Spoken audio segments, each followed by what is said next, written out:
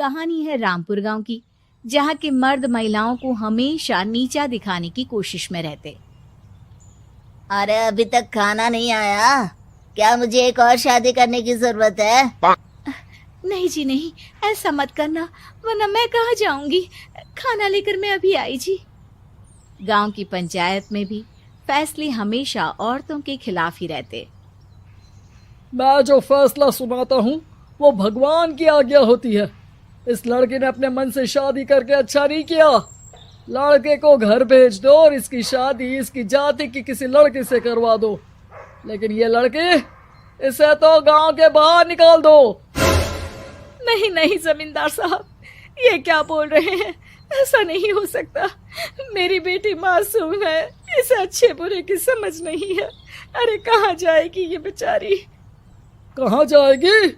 इतनी चिंता है तो पूरे परिवार का गांव निकाला कर देते हैं। बेचारे पूरे बसे बसाए परिवार को गांव छोड़ना पड़ता है। चाहे जो हो, अगर बेटियों को कंट्रोल नहीं कर सकते तो गांव में रहने का कोई मतलब नहीं है।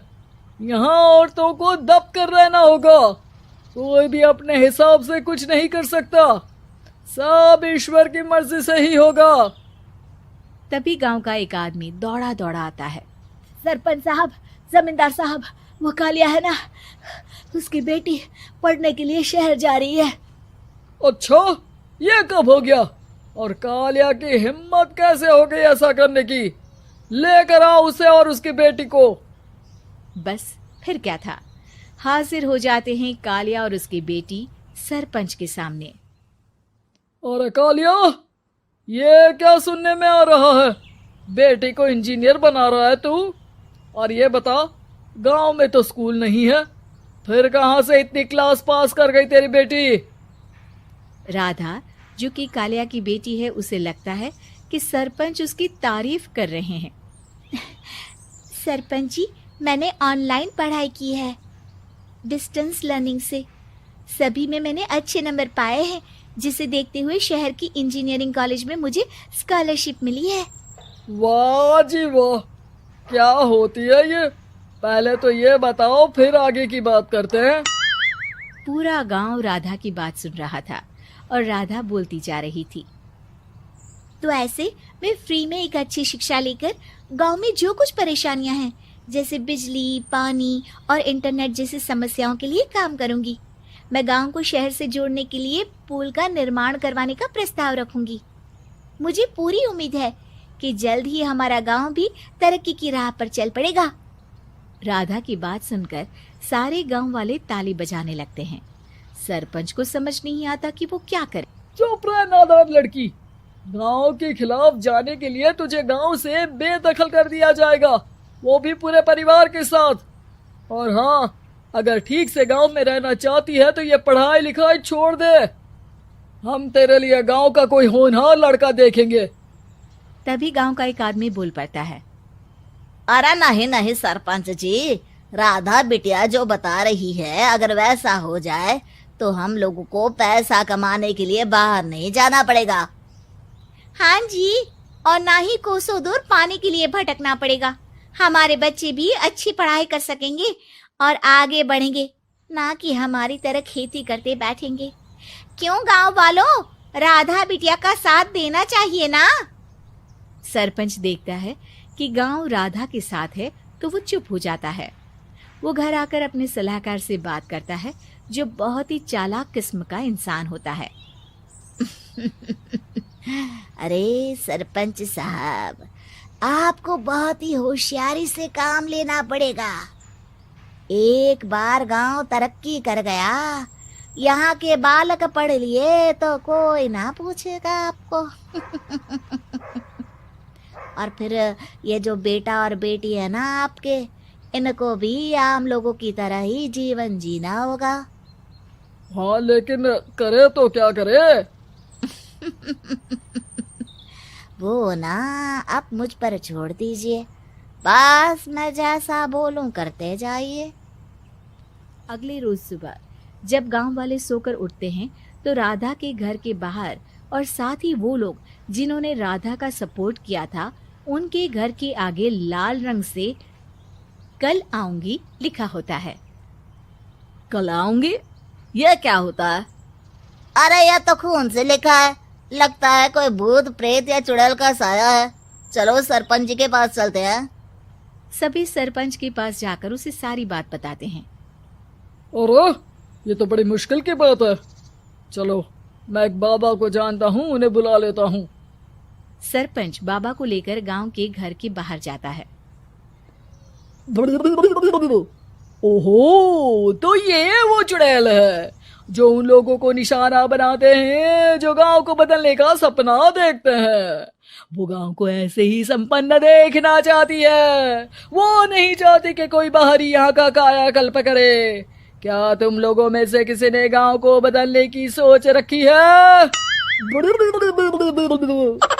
तभी राधा की माँ रोते रोते आती है।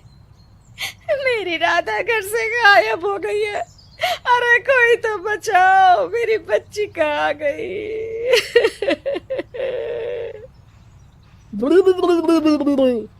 ले गई वो चुड़ैल, तेरी बच्ची को ले गई। अब वो उसे श्रापित करके छोड़ेगी, उस पर चुड़ैल का साया हो जाएगा। तभी बुरी सी हालत में राधा भी वहां आ जाती है। उसके बाल चुड़ैल की तरह फैले होते हैं और कपड़ों में खून लगा होता है। सभी राधा को देखकर डर जाते हैं। माँ, पता नहीं मुझे कौन उठा कर ले गया था।